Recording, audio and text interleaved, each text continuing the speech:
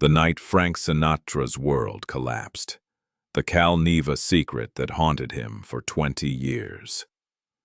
The phone wasn't supposed to ring at 3 in the morning. Not that phone. The red one. The emergency line in Frank Sinatra's bedroom at the Cal-Neva Lodge. July 28, 1962. Only 4 people in the world had that number.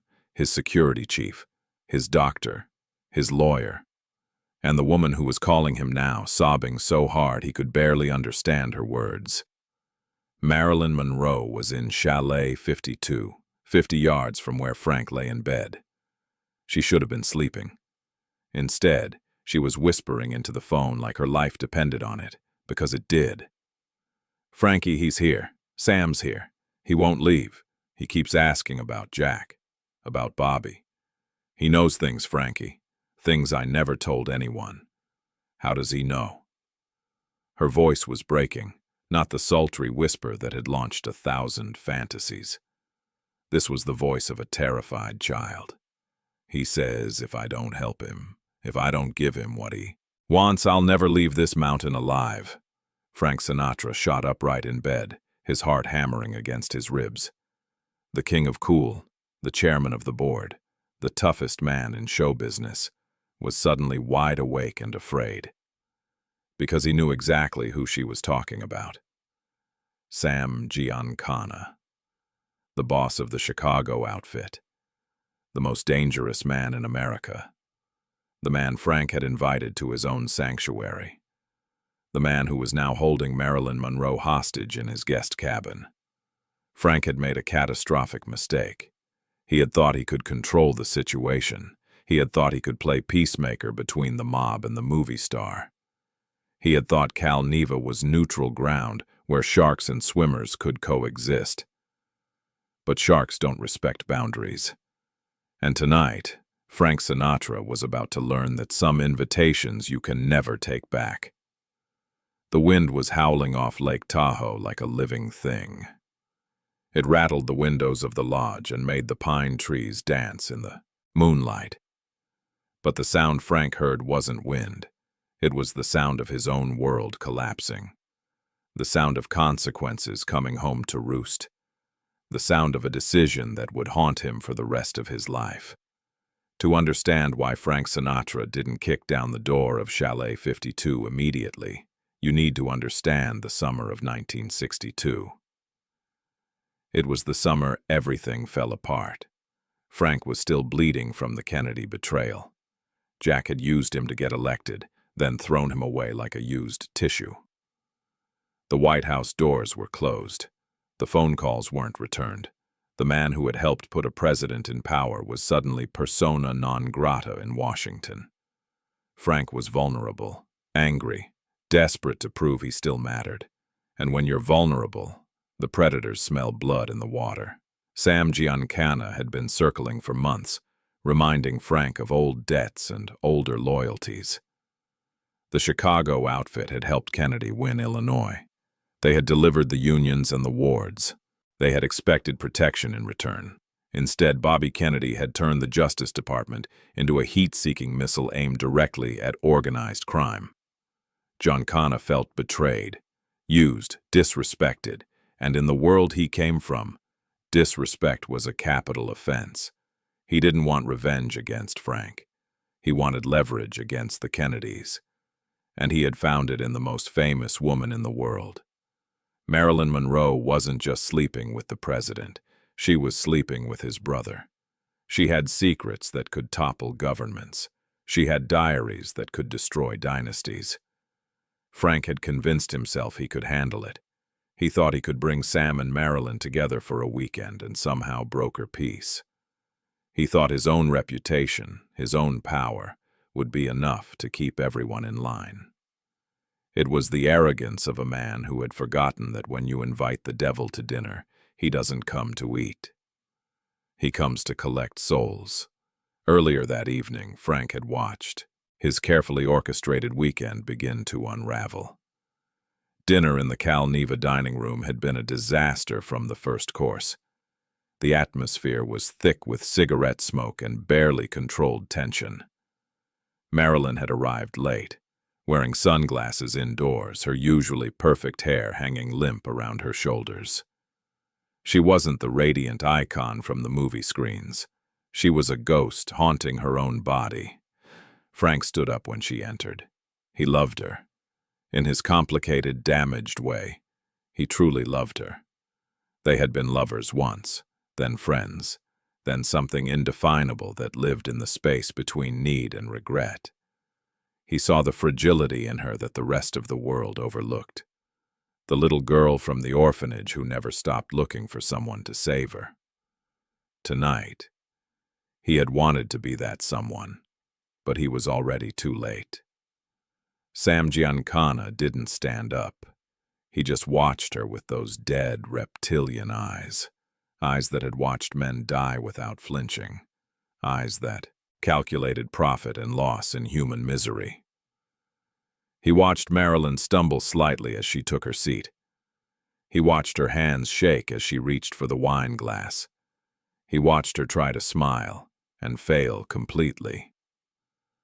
"You look tired, sweetheart," Giancana said. His voice was like gravel on broken glass. "Maybe you've been losing sleep thinking about old friends. Friends in high places.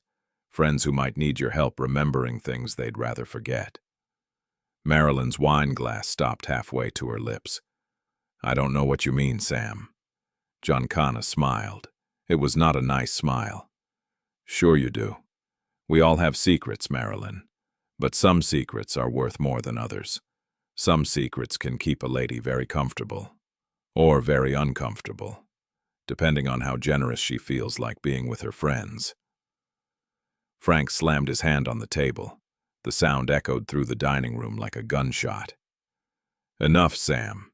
She's here to relax. We're all here to relax." Giancana turned his head slowly to look at Frank, the movement of a snake sensing prey. "Relax, Frank. How can anyone relax when there's so much tension in the air? So much unfinished business? Maybe if we could clear the air, talk about some of those old friendships, everyone could sleep better." The threat hung in the air like poison gas. Frank felt his jaw clench so hard his teeth ached. He looked at Marilyn. She was shrinking into her chair, trying to become invisible. She knew exactly who Sam Giancana was. She knew what he was capable of. And she knew that her secrets were the only thing keeping her alive. The dinner ended early. Marilyn excused herself, claiming she felt sick. It wasn't a lie. Frank could see her hands trembling as she pushed back her chair. She looked at him with pleading eyes, begging him silently to help her. Frank started to stand, but Giancana's voice stopped him cold. "Let her go, Frank. She needs some time to think, to remember things clearly. I'll send Chucky to keep her company. Make sure she's comfortable.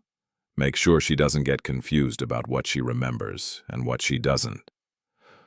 Frank watched Marilyn leave the dining room, followed by Chucky Nicoletti, a mountain of muscle who killed people for sport. Frank's hands were clenched into fists so tight his knuckles were white.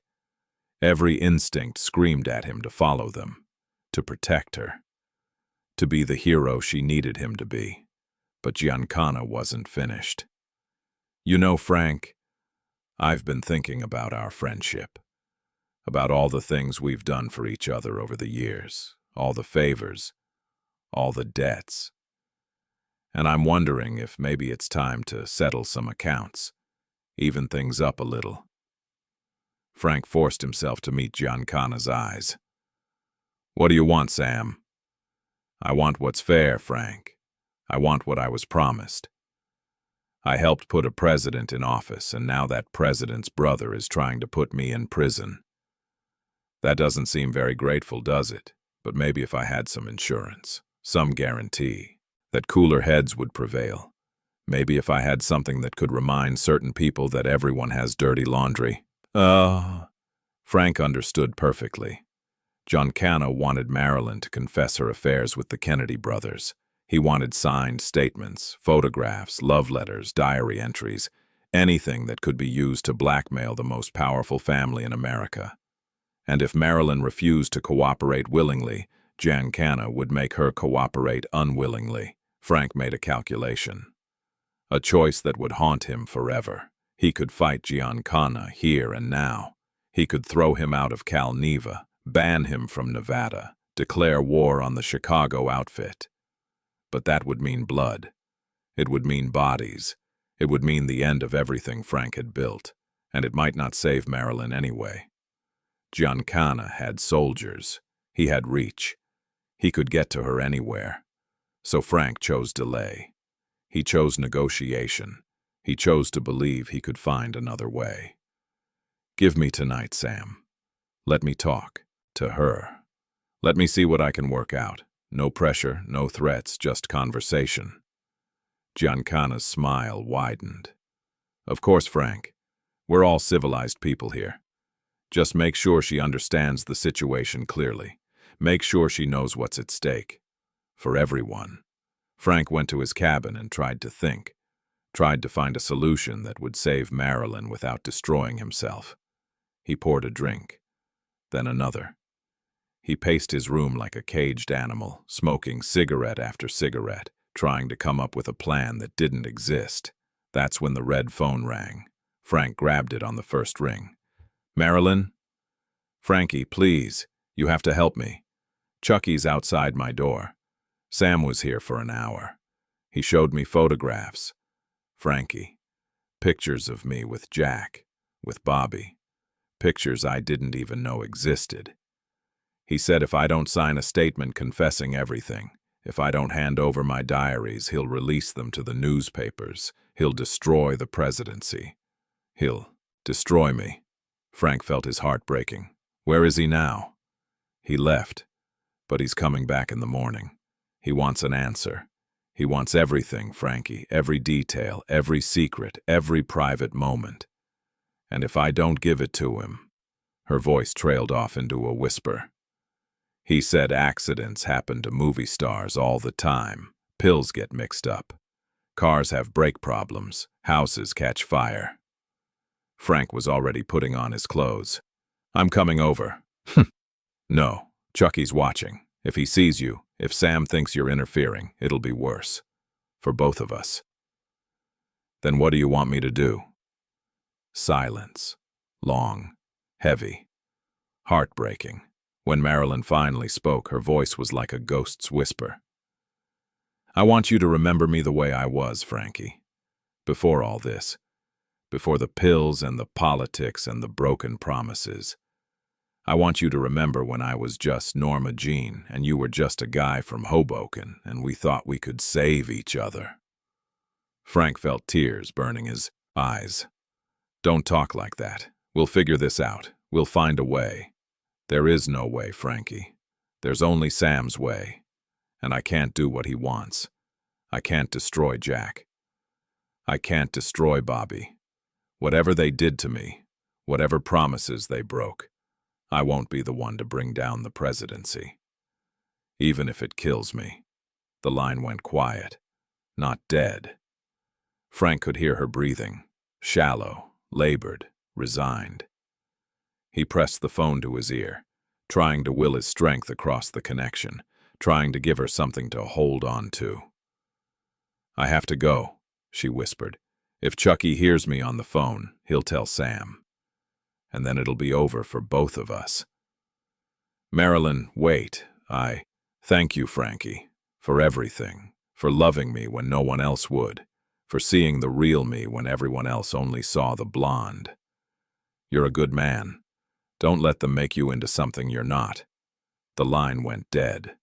Frank stared at the phone for a full minute, his mind racing. He could call the FBI. He could call the local police. He could call in every favor he'd accumulated over 30 years in show business. But by the time help arrived, Marilyn would be gone. Giancana didn't make idle threats. If he said she would have an accident, she would have an accident. Frank made the decision that would define the rest of his life. He decided to wait until morning. He decided to trust that daylight would bring clarity, that somehow he could negotiate a solution that would save everyone. He decided to believe that Sam Giancana, monster though he was, wouldn't actually murder the most famous woman in the world in Frank Sinatra's own backyard. It was the worst decision Frank ever made. When morning came, Chalet 52 was empty. Giancana was gone. His men were gone. And Marilyn Monroe had checked out of Cal-Neva at 4:30 in the morning, alone, driving her own car back to Los Angeles through the pre-dawn darkness. Frank tried calling her house. No answer. He tried her agent, her manager, her closest friends. No one had heard from her. She had simply vanished into the labyrinth of Los Angeles, carrying her secrets and her terror with her.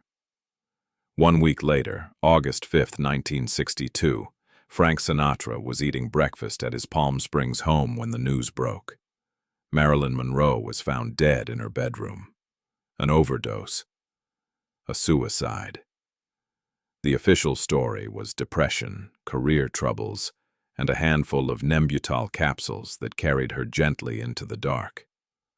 Frank didn't scream, he didn't cry, he didn't throw anything or punch any walls. He just sat there, staring at the newspaper headline, feeling a coldness spread through his chest that never really went away. He knew the truth, or at least he knew his version of it. Maybe Giancana didn't kill her with his own hands. Maybe he didn't force the pills down her throat. But he had cornered her at Cal-Neva. He had terrorized her. He had taken away her last hope of escape. He had shown her that nowhere was safe, not even Frank Sinatra's sanctuary. He had broken her spirit completely, and Frank had let it happen. Frank had chosen to wait. Frank had chosen negotiation over action, tomorrow over tonight, maybe over now. He had failed her in the moment when she needed him most. The guilt ate him alive. It changed him from the inside out. The Frank Sinatra who emerged from the tragedy of Cal-Neva was harder, darker, more isolated. He sold his interest in the lodge within a year. He couldn't stand to be there anymore. He couldn't stand the sound of wind in the pines. He couldn't stand the ghosts that walked the halls. But Frank did one thing that nobody knew about. Nobody except the florist in Los Angeles, who received the same order every week for 20 years. A dozen red roses, delivered to Plot 1218 at Westwood Village Memorial Park Cemetery. No card, no message, just Frank Sinatra's signature on the delivery receipt, every week. For 20 years, until arthritis made his hands too shaky to sign his name. Marilyn's grave was always covered in flowers from fans around the world. But Frank's roses were different. They were placed precisely in the same spot every time, right at the center of the headstone. The groundskeepers learned to recognize them. The other mourners whispered about them. But Frank never came in person. He never visited. He never stood over her grave and said the words he wished he had said that night at Cal-Neva. Instead, he let the roses speak for him. 12 perfect red roses that said what he couldn't say out loud. I'm sorry. I failed you. I should have kicked down the door. I should have chosen you over everything else. I should have saved you when you needed saving. People who knew about the roses thought it was romantic. They thought it was the gesture of a heartbroken lover who couldn't let go. But those who really knew Frank understood the truth. The roses weren't about love. They were about guilt. They were a weekly confession, a ritual of self-punishment, a promise, kept 20 years too late. In 1982, 20 years after Marilyn's death, Frank finally stopped sending the roses. Not because he had forgiven himself, but because he had accepted that forgiveness wasn't coming. Some failures are too complete to overcome. Some choices can't be unmade. Some ghosts refuse to be laid to rest. A reporter once asked Frank about that weekend at Cal-Neva. Asked him if he thought the mob killed Marilyn Monroe. Frank looked at him with those blue eyes that had seen too much, known too much, failed too much. They didn't have to kill her, Frank said quietly. All they had to do was show her that she was alone, that nobody was coming to save her. That's all it takes to kill someone like Marilyn. You just have to prove that the cavalry isn't coming over the hill. Frank paused. He lit a cigarette with shaking fingers. I was supposed to be her cavalry, but I was too scared. Too careful. Too late. That is the real story of Cal-Neva. Not a conspiracy theory or a mob hit or a government cover-up. Just a weekend when 3 people came together in the mountains above Lake Tahoe. One was evil. One was broken, and one was too human to be the hero she needed him to be. Frank Sinatra lived with that failure for the rest of his life. He tried to make amends by becoming the protector he hadn't been that night. He carried a gun. He hired bodyguards. He built walls around himself and his family. He never again let anyone get close enough to hurt the people he loved. But late at night, when the clubs were closed and the crowds had gone home and the music had stopped playing, Frank would sit alone in his house and listen to the wind. And sometimes, if you knew what to listen for, you could hear it in his voice when he sang the sad songs, the lonely songs, the songs about regret and loss and the long, dark hours before dawn. You could hear the sound of a man apologizing to a ghost. You could hear the echo of a phone call he should have answered differently. You could hear the weight of roses that could never carry enough guilt, never say enough sorrow, never bridge the gap between what was and what should have been. We remember Frank Sinatra as the chairman of the board, the king of cool, the man who did it his way. But the people who knew him best remember him differently. They remember a man haunted by a weekend in the mountains when he chose safety over courage, tomorrow over tonight, himself over the woman who needed him most. They remember a man who sent roses to a grave for 20 years, not out of love, but out of guilt. Not to honor a memory, but to confess a failure. Not to say goodbye, but to say the 3 words that mattered most: I'm sorry. And in the end, maybe that's enough. Maybe the measure of a man isn't whether he succeeds or fails, but whether he admits his failures and tries to make amends. Maybe the roses mattered because they proved that Frank Sinatra never stopped caring, never stopped regretting, never stopped wishing he could go back to that night at Cal-Neva and kick down the door 5 minutes sooner. Maybe that's all any of us can do. Send our roses, confess our failures. Hope that somewhere, somehow, the people we failed to save understand that we never stopped trying to save them, even when it was 20 years too late. Even when all we had left were flowers and guilt and the sound of wind off a lake that remembered everything. The wind that still sounds sometimes like a woman crying, and a man standing at a window, wishing he had been brave enough to answer the call.